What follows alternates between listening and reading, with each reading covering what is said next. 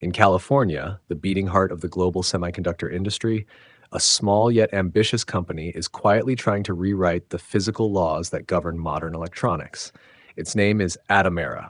The firm's core product, a single ultra-thin film known as MST, mirrors silicon technology, promises something extraordinary: to fundamentally enhance transistor performance not by changing how chips are made, but by changing what they are made of at the atomic level. MST works by subtly re-engineering silicon itself.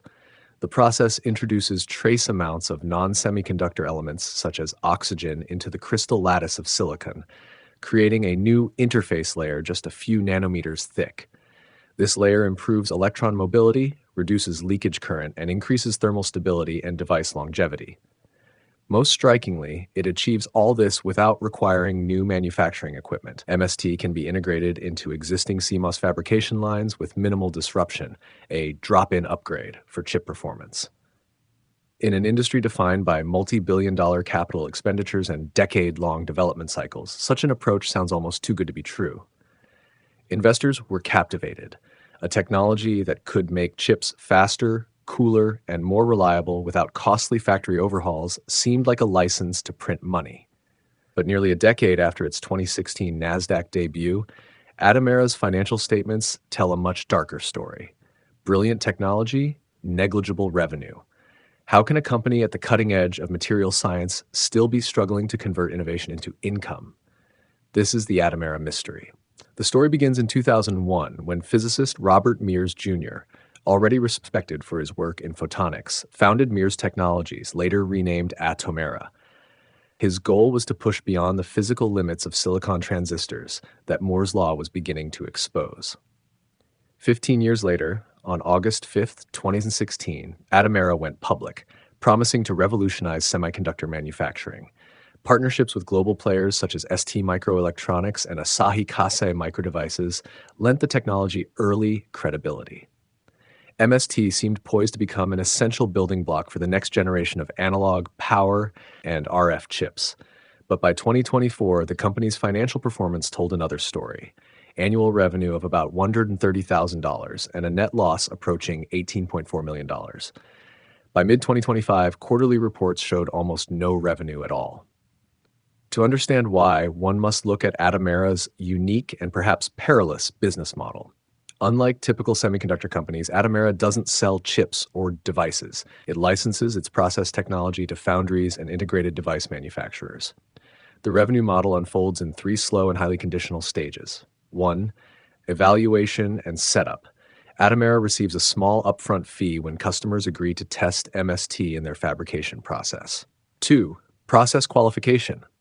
Once the customer confirms that MST meets performance and reliability criteria on its manufacturing line, a larger milestone payment follows. 3. Commercialization. Only when the customer's product is mass-produced and sold does Atomera begin receiving royalties on each wafer or chip. This structure means that Atomera's financial success is entirely dependent on its partners' timelines, not its own. If a customer delays qualification, Atomera's revenue is delayed too. If a product is shelved or a foundry shifts focus, the revenue can vanish altogether. The result is a company whose technology advances visibly, but whose cash flow remains invisible. Then in the summer of 2025 came a turning point, and with it, a fresh layer of mystery. In a terse but revealing investor update, Atomera announced that a key customer had decided to move its BCD 110 process from a 200-meter production line directly to a 300-millimeter line. To the untrained eye, this might sound like progress, but in semiconductor development, such a move is highly unconventional.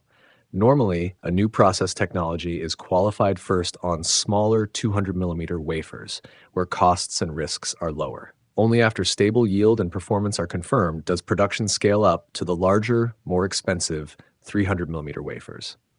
Skipping that step defies industry norms. Why would a customer take that risk? There are two plausible explanations.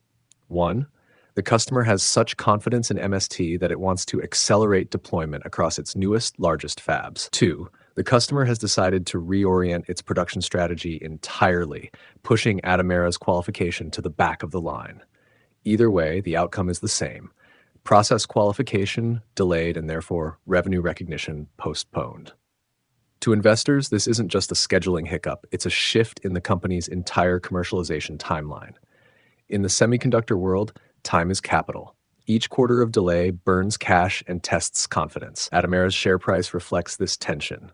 Volatile, reactive, and perpetually waiting for proof that the technology's promise can survive the realities of manufacturing politics. Yet the company continues to move. On April 28, 2025, Atomera announced a new materials commercialization partnership aimed at integrating MST into next-generation fabrication tools. On July 9, 2025, it revealed a collaboration with Insize, exploring GaN-on-silicon integration, an ambitious foray into power electronics where performance demands are extreme and margins high. These moves suggest MST's potential reach is broader than silicon CMOS alone. Still, such expansions are not typical for a company with minimal revenue. Most firms secure stable cash flow before venturing into adjacent markets. Atomera's decision to expand amid financial fragility raises questions. Is it an act of visionary confidence or a strategic maneuver to maintain visibility and investor interest while waiting for the long-delayed qualification results? Now, all attention turns to October 28, 2025, when Atomera will release its next quarterly earnings. But this time, investors aren't waiting for financial numbers. They're waiting for a single confirmation: the process qualification approval. In semiconductor licensing, that document is everything. It's the green light that turns technology into tangible revenue. Its absence keeps Atomera in a limbo between invention and profit. As of today, Atomera's stock has fallen sharply during trading hours. Yet that decline may not signify failure, only the market's growing impatience with uncertainty. MST remains one of the few process layer innovations capable of reviving mature semiconductor nodes without the astronomical costs of node shrinkage. If it works at scale, the payoff could be enormous.